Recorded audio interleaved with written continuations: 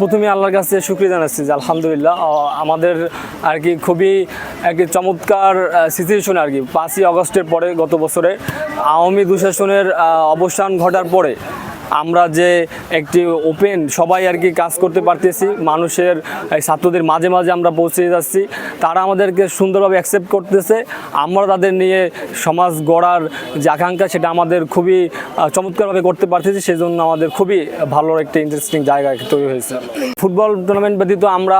জুলাই প্রদর্শনী যে প্রত্যেক ক্যাম্পাসে আর কি শিক্ষা প্রতিষ্ঠানে আমরা এই যে জুলাইয়ের যে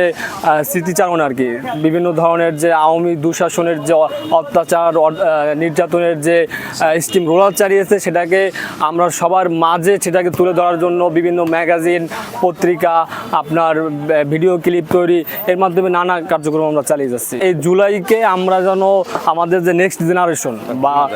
আমাদের পরবর্তী জেনারেশন তারা যেন এটাকে ধারণ করতে পারে এবং আমাদের যে বর্তমান যে জেনারেশন আছে এটাকে ধারণ করে আমরা যেন এই সমাজ এই দেশ এই প্রতিষ্ঠানকে আমরা গড়তে পারি সেই আকাঙ্ক্ষা নিয়ে আমাদের এই কার্যক্রম চালিয়ে যাচ্ছে।